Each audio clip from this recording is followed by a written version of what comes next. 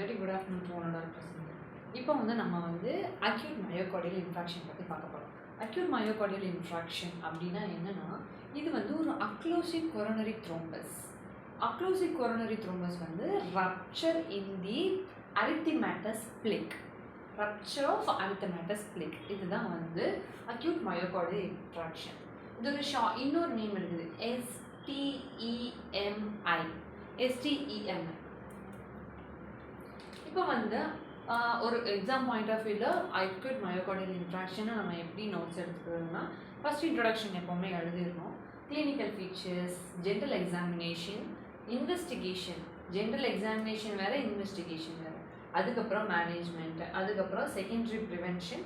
Next என்னது complication, என்னென்ன காம்ப்ளிகேஷன்லாம் வரும், அதோட ட்ரீட்மெண்ட் பண்ணையில் என்னென்ன காம்ப்ளிகேஷன்ஸ்லாம் வரும்.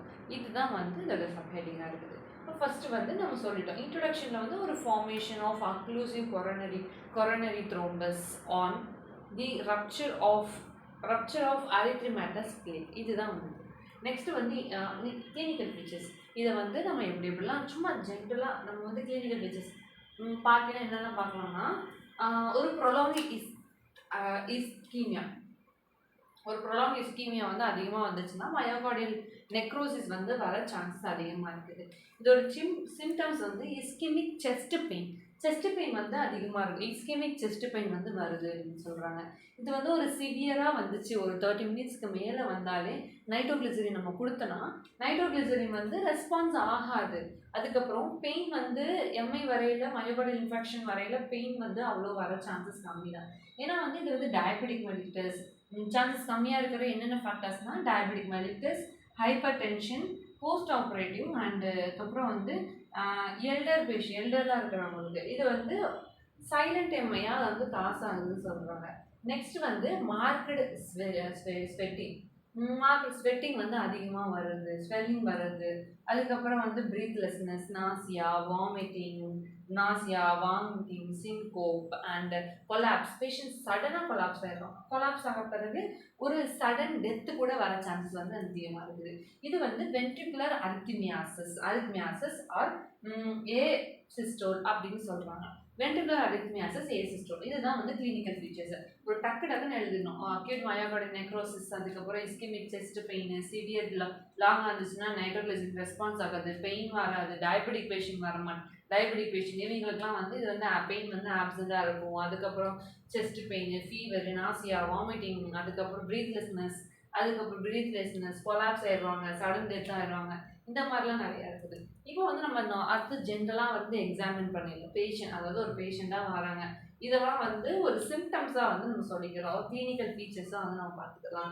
நெக்ஸ்ட் இன்வெஸ்டிகேஷன் என்ன சொல்கிறாங்கன்னா, பெயிலராக இருக்குது. ஜென்ரல் எக்ஸாமினேஷனில் நம்ம என்னென்ன சொல்கிறாங்கன்னா, ஒரு இது இப்போ ஸ்வெட்டிங் வர சான்ஸ் அதிகமாக இருக்குது. டாக்கிகார்டியா, பிராடிகார்டியா, பெயிலரு, அதுக்கப்புறம் mild fever, hypertension, cold periphery, அதாவது கையெல்லாம் ஜில்லுன்னு இருக்குன்னா அது, ஜுகுலர் வீனஸ் ப்ரெஷர், அதாவது ஜுகுலர் வீனஸ் ப்ரெஷர்னா ரைசஸ் இந்த ஜுகுலர் வீனஸ் ப்ரெஷர், இல்லை ரெஸ்ட்லெஸ்னஸ். அதுக்கப்புறம் heart sound 3 or 4 heart sound இருக்கும் அப்படின்னு சொல்கிறாங்க. இப்போ மர்மர் சவுண்ட், அதாவது ஹார்ட்டில் மைட்ரல் ரீகஜிடேஷனில் மர்மர் சவுண்ட் இருக்கும். அதுக்கு மர்மர் சவுண்ட் வரும். பெரிகார்டியல் ஃப்ரிக்ஷன் ட்ரம் மாதிரி ஒன்று இருக்கும். இது கார்டியாக் எக்ஸாமினேஷன் பண்ணியில் வரக்கூடியது. லெஃப்ட் வென்ட்ரிகுலர் ஃபெயிலியர்ன்றதுல அது ஃபெயிலியர் ஆகுதுன்னு சொல்கிறாங்க. நெக்ஸ்ட் இன்வெஸ்டிகேஷனில் மொத்தம் 4 விதம் இருக்குது. எலக்ட்ரோகார்டியோகிராஃபிக் மெத்தடு, கார்டியாக் மார்க்கர் ஒன்று, எக்கோ கார்டியோகிராஃபி ஒன்று, அதர்ஸில் இருக்குது. எலக்ட்ரோகார்டியோகிராஃபினா என்ன அப்படின்னா, எலக்ட்ரோகார்டியோகிராஃபியில் இப்போ இசிஜி பார்க்குறாங்களா, அதுதான். இது இசிஜி பார்க்கையில் ரைசஸ், அதாவது அந்த வேவ் இருக்கா, எஸ்டி வேவ் ரைஸ் ஆகும். நல்லா ரைஸ் ஆகல, நல்லா ரைஸ் டாலாக டி இருக்கும். அதுக்கப்புறம் சடனாக ஒரு லேட்டர் என்ன ஆகுதுன்னா ஆர் இருக்கா, ஆர் வேவ் சைஸ் டெமினிஷ் ஆயிடுது. டெமினிஷ் ஆன பிறகு இது டெமினிஷ் ஆகுது. ஆருக்கு அப்புறம் ஆர் கியூ என்ன ஆகுது, கியூ டெவலப் ஆகுது. அதுக்கப்புறம் 2 டெவலப் ஆகி then after T wave interrupt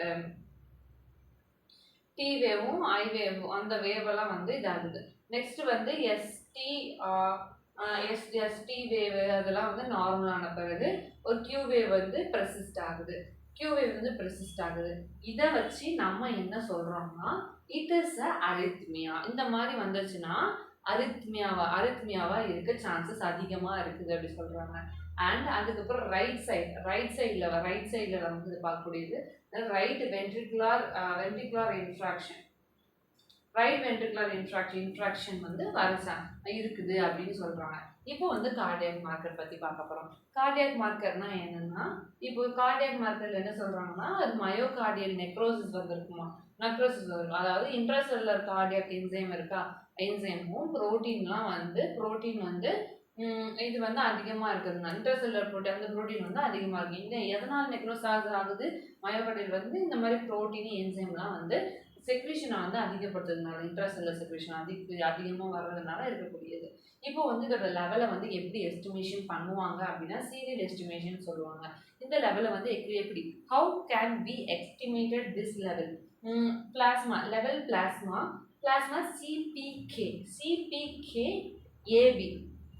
CPK AB அந்த லெவல் சொல்கிறாங்க. இதோட லெவல் வந்து இன்க்ரீசிங் 3 to 12 ஹவரில் வந்து 12 hour after onset of myocardial infarction. இதை வந்து பார்க்குறாங்க. மயோகார்டியல் இன்ஃப்ராக்ஷன் நடந்து முடிஞ்ச பிறகு 3 to 5 hour வந்து அது பார்ப்பாங்க. இது பார்த்துட்டு அதுக்கப்புறம் ஒரு பீக்கில் வரும். எப்படின்னா அப்ராக்சிமேட்லி 24 hours வந்து நல்ல பீக்கில் இருக்கும் எம்ஐ.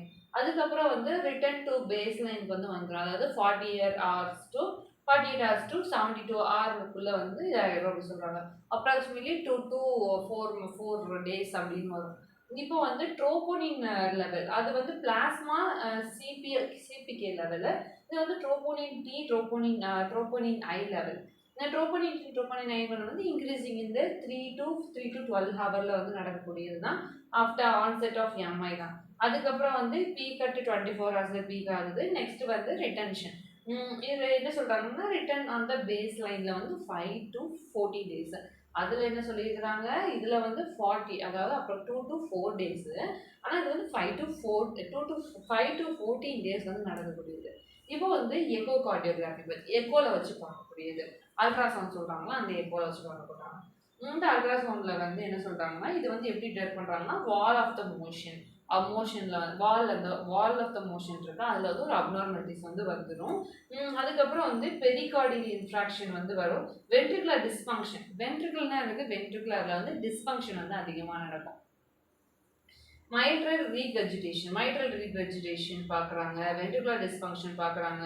வென்ட்ரிகுலர் செப்டல் டிஃபெக்ட் பார்க்குறாங்க. அதுக்கப்புறம் லெஃப்ட் வென்ட்ரிகுலர் ட்ராமா அதெல்லாம் வந்து பார்க்குறாங்க. இது எல்லாமே லெஃப்ட் வென்ட்ரிகுலர் பார்க்குறாங்க. வென்ட்ரிகுலர் செப்டல் டிஃபெக்ட் பார்க்குறாங்க. அதனால தான் வந்து ரைட் வென்ட்ரிகுலர் இன்ஃப்ராக்ஷன் நடக்குது. ஆனால் லெஃப்ட் வென்ட்ரிகுலர்னு இதை பார்க்கலாம். வென்ட்ரிகுலர் இன்ஃப்ராக்ஷன் பார்க்குறாங்க. எல்லாமே பார்க்குறாங்க. அரித்மியாஸ் இதெல்லாம் பார்க்குறாங்க. அதில் வந்து எக்ஸ்ரே பார்க்கலாம். எக்ஸ்ரேல வந்து பல்மனரி எடிமா பார்க்கலாம்.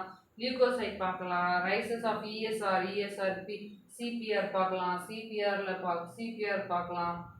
லிப்பிட் ப்ரொஃபைல்ஸ் பார்க்கலாம். அதுக்கப்புறம் சீரம் எலக்ட்ரோலைட்டு யூரியா அதுக்கப்புறம் கிரியாட்டின் இதெல்லாமே வந்து இதில் எல்லாமே பார்க்கலாம் அப்படின்னு சொல்கிறாங்க.